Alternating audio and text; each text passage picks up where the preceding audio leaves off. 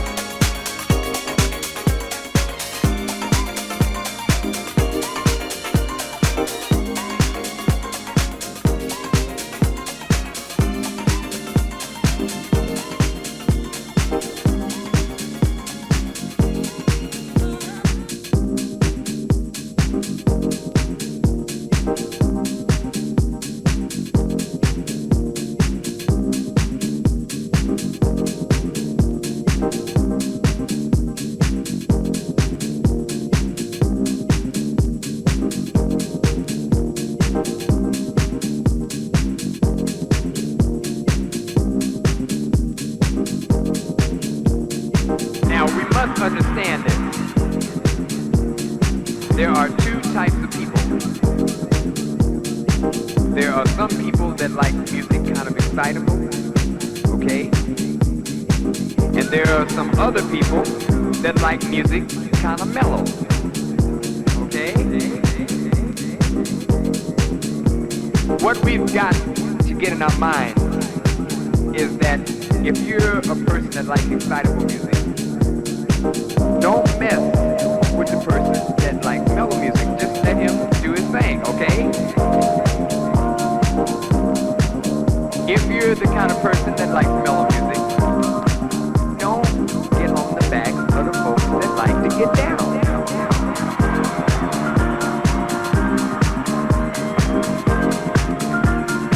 I have written a song specifically for those that like to get down.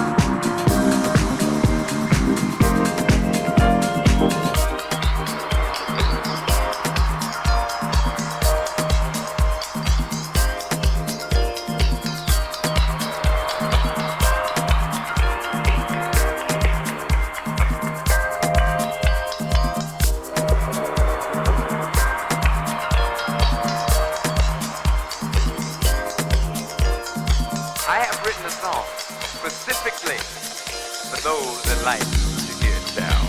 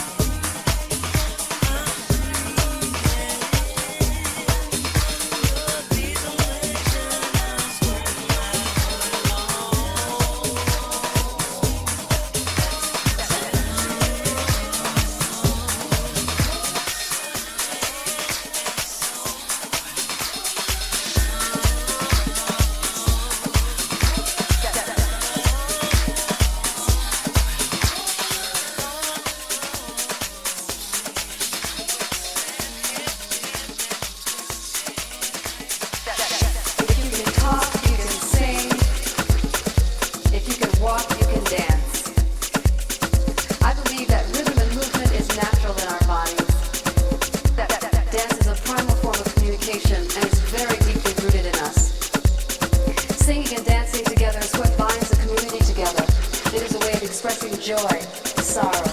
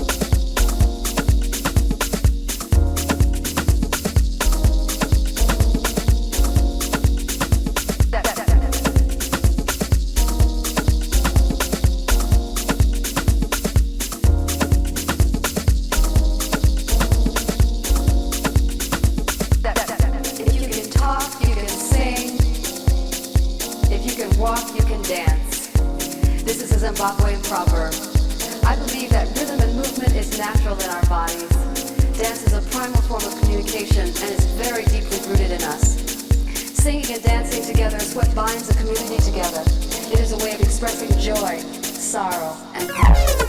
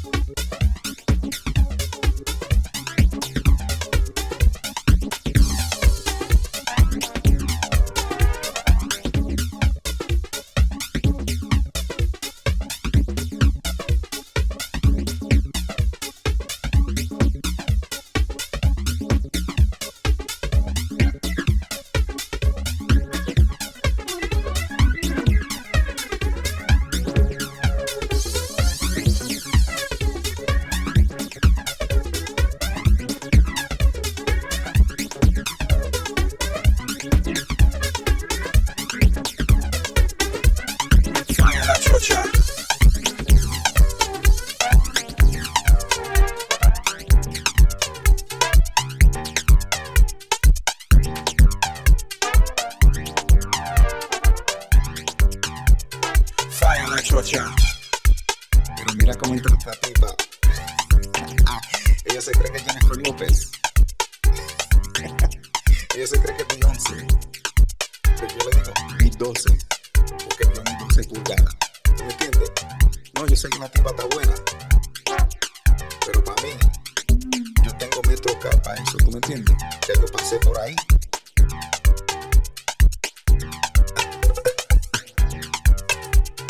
Fire la chocha. No, mira cómo me mira.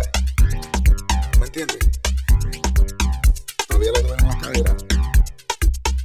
Sí, me dijo Superman. ¿Ok? Fire la chocha. No, pero yo le voy a darle off ahora. ¿Me entiendes? Ya yo pasé por ahí.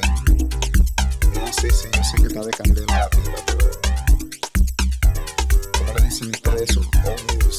¿Tú me entiendes? ¿Para qué leer un periódico de ayer? Ya yo no estoy en esa. Yo estoy buscando en 2012. ¿Me entiendes? Algo para el 2012. Eso como uno dice. Fire la chocha.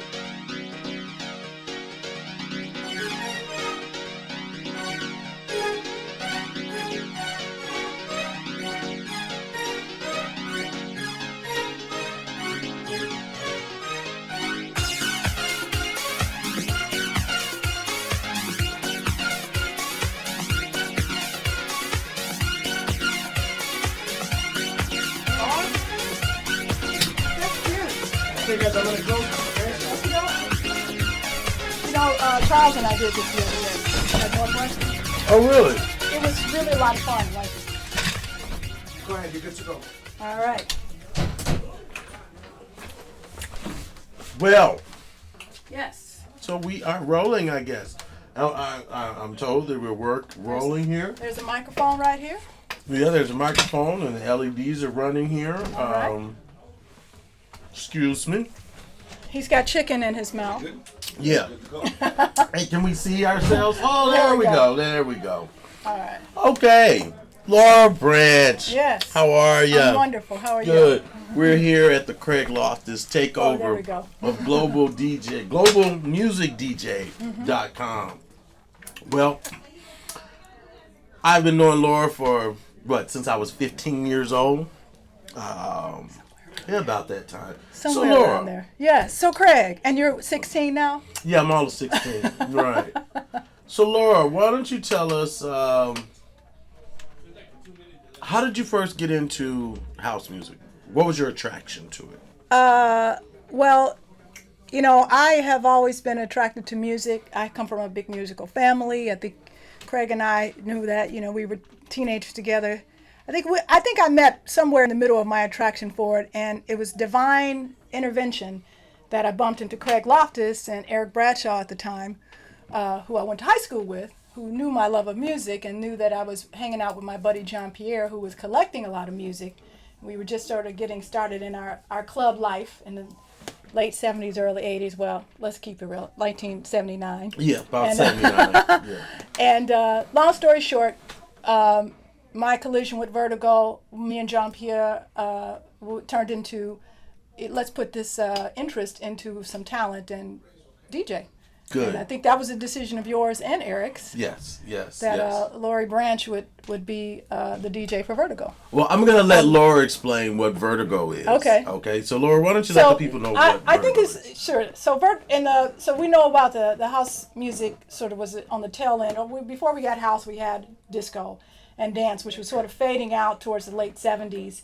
Around the time we were in high school, I was in high school, and we had this sort of era of fusion of punk and a younger sort of vibe to it. So before it was a 21 and over, now you had these teenagers Oh, thank you. Who were producing, who were DJing, who were really kind of coming out at 15, 16 years old, being promoters and DJs. So it was, I call it like the teenage revolution. Exactly. You know, in dance Exactly. music, when we were all like 16, 17, really wanting to put a new face on what was formerly disco, but moving into what came to be known as house music, which was that kind of crossover era of what we call punk, or punk, you know, what else do we call it? Punk out. It was punk You out. know, we would say, if you saw a flyer from back then, it would say Right. punk parties. Actually, Yeah. and also to elaborate on what Laura was saying, it was, I would say, our younger generation trying to imitate what we saw at the warehouse. I would say we were imitating it, but we had our own special spin on blend, it. which is, Yeah. I think, honestly, was the birth of house music. Exactly. And I have to give credit to young people, because we were all, you know, very young at the time, and we were starting something that had international relevance, and we didn't know it. And it is, you know, but that was really a movement that certainly came out of the disco era, but really was infused by the brains and energy of young people like Craig and our peers, who went on to really, you know, have international fame, of which, you know, Frankie and some of our predecessors who started before us, you know, became part of that movement as well. So we were part of theirs, but they also became part of ours. Because while we were sort of imitating some of that, I think we were starting something new Yeah. as well. Yeah, I So would it's agree. so I I would think definitely what agree. happened in the mid '80s, you know, where you had people producing in their homes, and the European sound sort of imitating that in Detroit and lots of other places catching on, was really kind of the catalyst was in Chicago, in places like Chicago, where you had this young energy that was really putting a different blend on what we had heard over the last decade. Good. And I was a part of that energy. And I love that. I do have a question. You were talking about the young people that basically were influenced by the older people, but Yes. took what they had, what they saw, and actually created their own thing from it. Yes. Let me ask you something. How do you see, how do we, as our older generation now, how do we influence and get younger people into this house music genre? You know, that we have? I honestly don't think that you have to get anybody into anything. No one got us into things. You know, Which is the true. nice thing about being young is you really don't need anybody telling you what to do. Young people are the catalyst for almost every movement. You know, in the civil rights movement, I mean, you had the teens and the college students, and you know, these were the people who were segregating the buses, and Right, who were, you know, right. taking the risks. And young Exactly. people are known to take risks. And I think that in the same way that we did that, sneaking out of our house, being at parties that didn't jump till 2 or 3 in the 2 or morning. 3 in the morning, When you're right. 17 years Exactly, old in the exactly, streets. exactly. You take a lot of risks. And honestly, I think that's the cool thing about being young, is that you have this sense of invincibility, and you have this sense of possibility. And so Right. the world is before you. And I Right. think that we felt that way. And certainly the energy that happened in that time resonated. It was important. And we don't need to tell young people to do anything. They're already doing it. Right. And trust me, they're going to be sitting here in 20 years. And you know, saying and the that's how same I thing. look. You know, I hear a lot of DJs Uh-huh. and social media complaining about the older generation needs to move aside for the younger generation. You know, but I truly believe in replenishing. You know, we do need that young blood. It's almost like a church to me. If you have a church that is nothing but old people, Yes. eventually it's going to die out Right. if you don't replenish it with young blood and new blood. And if it doesn't get replenished, then it was meant to die out. See, I Exactly. think what's the difference here is that, you know, I don't buy that. I think that anybody who says somebody's got to move over to make way for me doesn't know how to take charge. Exactly. You know, you control your destiny. It's not up to somebody to give it to you. Right. It's not up to somebody. No one gave us anything. No, not so at all. when we were 17, 18, it wasn't like we were saying, please, Frankie Knuckles, God of house music, or disco, give us a chance. No, we got our money together, and I borrowed $250 from my mom, and you Yeah. borrowed $250 from your mom, and we rented a space.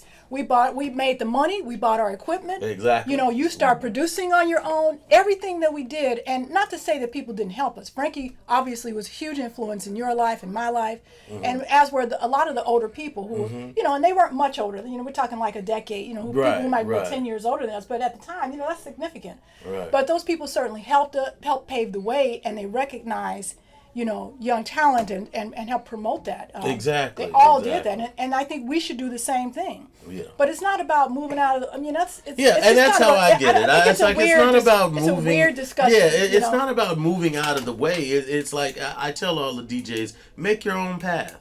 If Yeah. you feel that no one's putting you on as a DJ, then do what we did. How do Put we- yourself on. Right, we put ourselves on. You know, it's like we're we gonna start start giving our partying. own parties. We Right. develop our own following. Absolutely. And that's exactly what you have to do. Create your own thing Yes. going on. Yeah. And don't trip because someone has gotten successful Right. at what they did. They Right. they put time and energy. And Absolutely. yes, we may be all in our 50s about now, but we have worked Right. to get where we are. Absolutely. I think, and not to say that, this is not about helping. I am a spiritual person, Mm-hmm. and my spirit always tells me that if I want to get something, I have to give something. Exactly. So we have, even at 18, we were given to the 15-year-olds. You know what I'm Exactly, saying? Like, exactly. if I'm in a club and it's empty and I see somebody who really wants to DJ, I'm going to be like, come on. Let me, Exactly. or maybe if it's a few people there so they can have a Exactly. little something. Exactly. But, or bring somebody up with you. I think that, this is, if you want to be helped, help somebody. Because There that's you the go. cycle. I That's like that. that's how it happens. So I got a question. How long have you been DJing? Well, I started, I think my first party was, you should know, 1980. They don't know. I think know. it was 1980. Yes, I know. Was it 80? Yeah, it was 80. Okay, 1980. Yeah. Because was it the summer, spring? It was the I summer. just graduated from Yeah. high school. We just bought the equipment. Just bought the equipment. So I think it was 80. I was in college. I just started college. And then really, we cranked it up in 81, 82. Exactly, So we did a lot of stuff. I But remember see, a lot I of stuff in wanted you 81. to tell the public of where we are. Yes, where I we're was at. 5 years old. So Not exactly, but we how were do young. there's always been a lot of people say that that a lot of people look at female DJs Yes. secondary. Yes. What are your thoughts on that? How Well, do we you- look at female secondary. Oh, We look at black people secondary. We look at gay people secondary. I mean, I don't buy that. I think that certainly, that's part of our patriarchal society, is that if you are a woman and you're doing something that is a male-dominated field, you're going to be looked at like, what are you doing here? This is the boys' game. I think, Charles Matlock said this the other day when we were on the radio. He was like, it doesn't require any heavy lifting except for those crates that we carried back in the day. back in the But day. the physical art of it is not heavy lifting, but it does require, some level of skill. And I think it's just part of our misogynistic nature as a culture to say that anything that requires a high level of skill is by nature better with men. Right. And that is sexism, but we live in a Exactly. sexist, racist, ageist, abilityist. We live in a society that likes to separate us. And what I love about house music is that it's not about that. I've always gotten love from people in the community, and certainly, I've shown up places and I'm setting up and people go, "Where's the DJ?" Right. That has happened all my life. It Oh, wow. continues to happen. Wow. Well, I don't set up so much. I just kind of Right, bring right. myself. But that is to be expected, and I didn't mind that at all. And that just gave me more grit, to do better. Gotcha. When someone doubts you, and I think that is the benefit, of being an underdog or being perceived as, people doubting you because of who you are or what you are. Mm-hmm. It gives you that much more determination to be good at whatever you are. And I happened to be good at what I was, and so I was lucky to be good. Yeah, you were very good. That was not an easy skill. It still isn't. Yeah. And lucky to love it. And so that made it even easier. So I don't pay that any attention. It exists. Mm-hmm. You move beyond it. You use it as a ladder to get where you're going, and you keep it moving. Good. So, are there any future goals for Laura Branch doing production, coming out with her own tracks? It's funny that you said that, Craig, because I've spent a lot of time, I've DJ'd on and off since 1980, and I've had residencies. I think the last residency I had was when we were working together some years ago when you had the club on Halsted. And I don't do residencies, but I do have an interest in doing more music, and I honestly, I produce all the time in my head, and, I create things, and I'm always putting stuff together. I have, as you know, kind of worked on soundtracks for different movies and sort of been a coordinator of different things. Footnote right there, Yes. Laura and I did the soundtrack for a movie called Kevin's Room 1 and 2. And 3. 1, 2, and 3. Right. So if you want to, do some searching, look for Kevin's Room 1, 2, and 3. The movie was also produced by you, wasn't it? Yeah, I wrote and produced it. Wrote and produced the movie as well. And that was my first movie project of doing a soundtrack. It was awesome. It was phenomenal. So check it out. Yeah. But so I always feel like I've dabbled in it a lot. I think I mentioned this in this article that, Frankie had me come to New York and I was nowhere near ready. I was like so embarrassed because I'm like, I don't have any idea what I'm doing here. And and he was so generous and, I was like, let me get back to you when I feel like I'm up to the job. And I realized then it was like, I'm not sure that I want to do this at this time in my life. I really like spinning. And I kind of liked the art of that, and I went to school, to produce and to be in the studio, but it just wasn't where my heart was. But I think all things happen. I had a baby at 46 years old, so better late than never. Right. I kind of feel like that about producing. Exactly. Is that it might be a better late than never situation because I have some stuff that is definitely on my mind, and it's taken years to sort of put together, and I really feel like. Through some collaborative partnerships, there's some magic that's left to produce. But I'll always DJ. Well, we can't wait to hear what comes out of Laura Branch's head. I'd like to thank you all, and I'd like to thank you, Laura, for taking the time for doing the show with us today. And thank you for being my friend, my peer, my mentor, my buddy, all these not years. Not a problem. My boo. That's the all man right. right there. Thank you all, and that was the interview with Laura Branch. This is Lori Branch. I go by. We go back and forth on that. We've been doing I'll it answer for to years. either. We are at the Craig Loftus takeover of DJ, the globalmusicdj.com. We also have Jose Gomez. Louis Gomez. Louis Gomez. That's another one. See, who I didn't give credit to. Yeah. Oh, we got to go back and give Louis. Well, hold on, let me just give them. We've got Louis Gomez, Andre Hatchett, myself, and Joe Smooth here this evening. And we're looking for great interviews and music from all of them.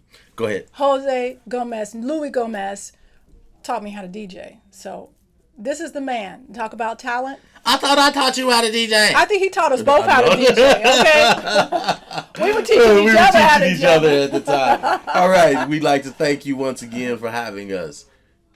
Peace.